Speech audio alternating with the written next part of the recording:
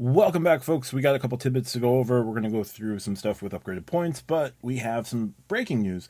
Chase and Instacart benefits. Remember how I said when the United cards were refreshed that Instacart was probably coming back? Guess what? It's back. Not necessarily in a big way, but we've got some interesting things to talk about here and some conspicuously absent cards. So let's dive into things. Chase delivers new Instacart benefits on several of its cards. If you remember, Chase and Instacart briefly broke up at around August of last year. Around August, they had stopped doing the delivery benefit on the Sapphire Reserve. They stopped doing Instacart Plus memberships and the delivery benefit. I believe there was one on the Sapphire Preferred. That went away for a few months. Then Instacart came back with the United cards. Now they're back with even more cards. And if you use online grocery delivery frequently, you'll want to make a side note. Starting today, eligible Chase card holders will receive bonus Instacart benefits through December 31st of 2027. It's the same date as the Lyft benefits, and it's the same date as the DoorDash benefits. That I think they're just going to put everything together into one negotiation going forward because that would make a lot more sense than what they've been doing. So these new benefits will help some cardholders gain even more value to offset their card's annual fees. That said, it's important to understand how these new perks to determine whether they fit your lifestyle and spending habits. So the new Instacart benefits. If you hold one of the following cards, you're now eligible for a complimentary 3-month, only 3-month Instacart Plus membership and a $10 monthly statement credit for Instacart purchases. Those being the IHG One Rewards Premier Business Card, the Premier Card, the Traveler Card, the Bonvoy Bold, Boundless, and Bountiful, the Southwest Rapid Rewards Credit Card, the Rapid Rewards Plus Credit Card, Premier, Priority, Rapid Rewards Business Performance Credit Card, Premier Business Rewards Credit Card, the Aer Lingus Card, the Iberia Card, the British Airways Card, the Aeroplan Card, the World of Hyatt Business Card, and the World of Hyatt Card. Typical language there. If you hold either the Chase Inc. Business Cash Card or the Chase Inc. Business Unlimited Card, you'll receive a complimentary 3-month Instacart Plus membership and a monthly $20 credit toward Instacart purchases. Interesting. Now, they also go to receive your benefits. You must sign up for Instacart and enroll your eligible card. Note that you'll need an active Instacart membership to receive your monthly statement credit. Those perks expire December 31st, 2027. This new update covers almost all of Chase's cards, meaning that almost every Chase card holder will be eligible for some level of Instacart perks. Absent of this are the Freedom cards and the Sapphire cards. I can tell you this right now. I believe we're going to see a follow-up on this about a new benefit for the Sapphire Reserve that is going to include a yearly Instacart Plus membership and a $20 a month credit.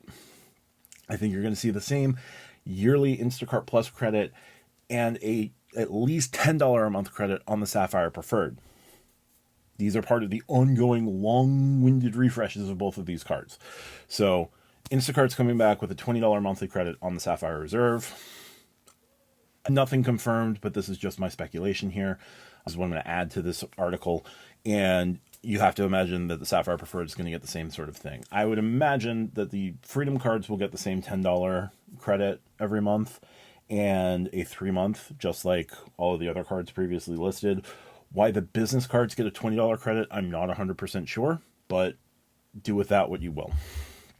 So take on these benefits, blah, blah, blah, it's useful. But Chase and Instacart back together. They've now added all of the cards that are co-branded, with the exception of the Disney cards, lol, and the Sapphire and Freedom cards, but I have to imagine that the Sapphire and Freedom cards are going to have updates very shortly, much to the same as this. The only difference is these cards all get 3-month complimentary memberships, and the Sapphire cards are probably going to have a yearly membership attached to it.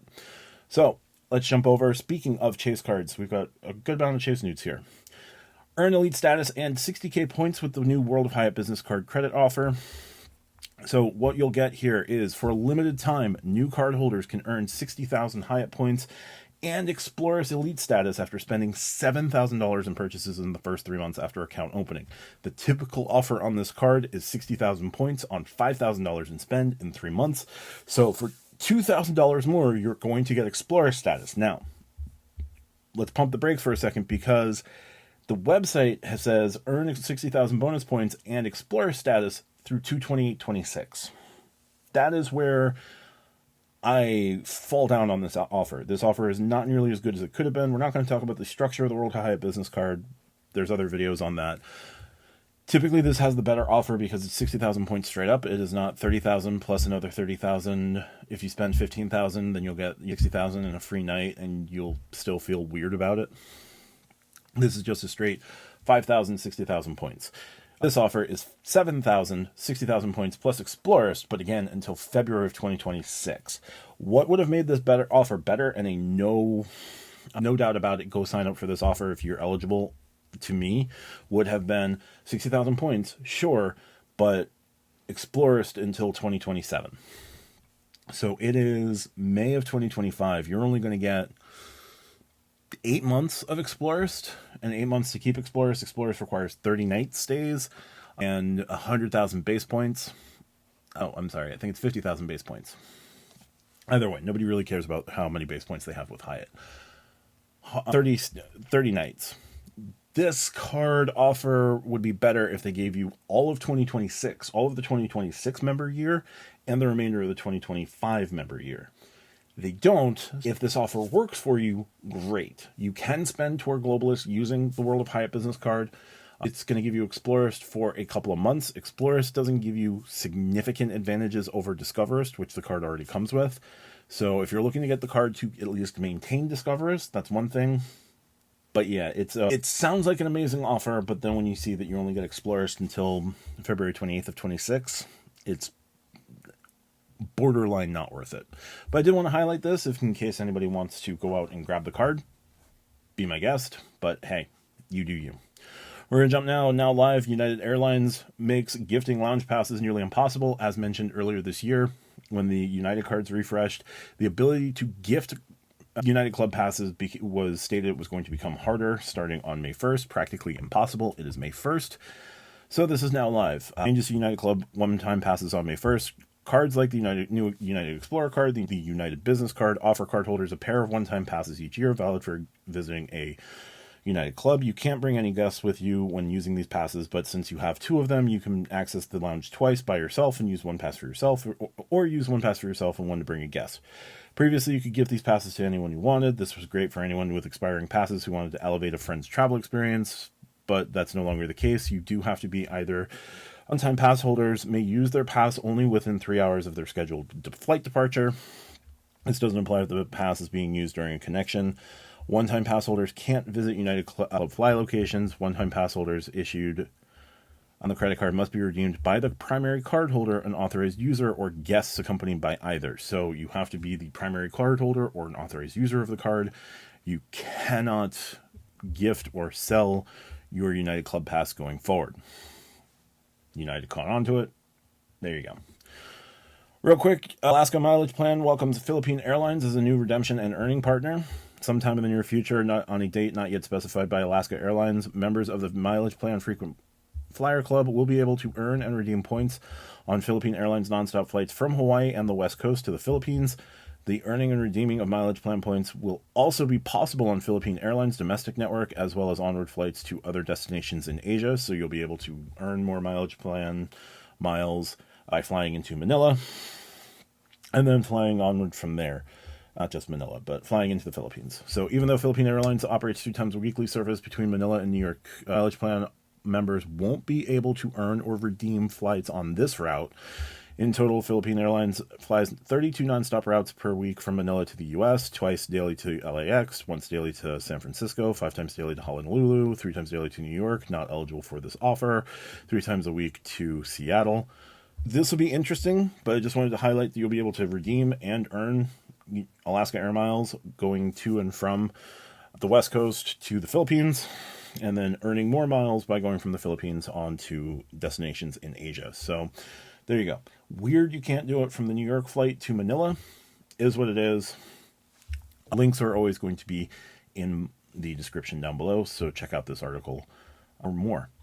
We're going to switch gears and talk about transfer bonuses because it's May and we have a few to talk about. We're going to start with transferring Citi thank you points to Qatar Airways with a 30% bonus. The bonus details through May 31st. You receive 30% bonus when transferring Citi thank you points to Qatar Airways Privilege Club Avios. Again, one Avios is another Avios, is yet a third Avios, is a fourth Avios, is a fifth Avios, is the sixth Avios. Had to do it. So it's not being offered by Citi directly, so it's not listed on the Citi transfer page, but you can view all the terms and conditions on Qatar's transfer page, promotion page. So 1,000 points will become 1,300. No big deal. The article discusses Qatar Avios sweet spots, but an Avios is an Avios and Avios, so you can use your Qatar Avioses, transfer them over to British Airways if you want. You can transfer them over to Logan Air if you're jumping around Scotland. You can transfer them over to Aer Lingus. You can transfer them over to Iberia. But 30% bonus from Citi thank you points to Qatar. It's not going to be advertised on Citi. It's advertised on Qatar, but Qatar will handle everything from there. Speaking of transfer bonuses, and I'm going to do a mini side quest here before I talk about the two with Chase Ultimate Reward points. Emirates has been weird. They've recently announced that they were going to be limiting their one-to-one partnership with Citi down to 1:0.8. Chase and American Express are going to see outages for about a month in your ability to transfer to Emirates. And then Emirates and Capital One briefly had a showing of a 25% transfer bonus from Capital One to Emirates. Folks did that transfer bonus and were credited the 25% bonus, but it appears that was a mistake. And Emirates has removed the 25% bonus from accounts, and they have not transferred them back to Capital One, apparently. So the 25% bonus points just vanished into thin air. Now, they did just set it back to 1, so you did transfer your points at 1-to-1 from Capital One to Emirates, and if you were credited the bonus initially, they debited back the bonus from you. Weird situation. I don't know what's going on with Emirates transfers as a whole, but just wanted to highlight that is everything with Emirates right now is a little odd. So yeah. And again, Chase and American Express are going to go offline with Emirates transfers sometime in May. They will be resuming in June, according to Chase. There's been no date apparently from American Express. I've noticed this on Reddit, and Reddit has been the main source on this one, so take with that what you will. There's a Doctor of Credit article. I'm going to put that in as well. And the Doctor of Credit mentions the Emirates and Capital One situation as well. Weird. So we're going to finish with two more transfer bonuses. You're going to get a 25% transfer bonus from Chase to Virgin Atlantic, and you're going to get a 25% bonus from Chase to Air France KLM. So 1,000 points will equal 1,250 points for both Virgin and Air France.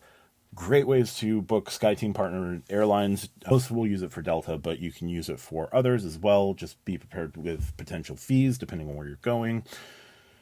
But yeah, just wanted to highlight those. So that is going to do it for this round of Tidbits. I've got a couple other video ideas swimming around in my head. I'm going to do a members only post, just kind of like road mapping what I want to do there.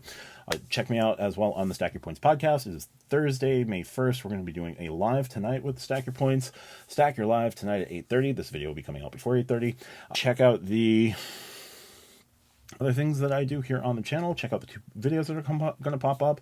Check out my pinned comment, ways to support me outside of YouTube. If you want to support me here on YouTube, consider becoming a channel member. That is the Tidbits Collector. It's my one and only membership level, $2.99 a month. You can cancel at any time. Thank you so much for your time.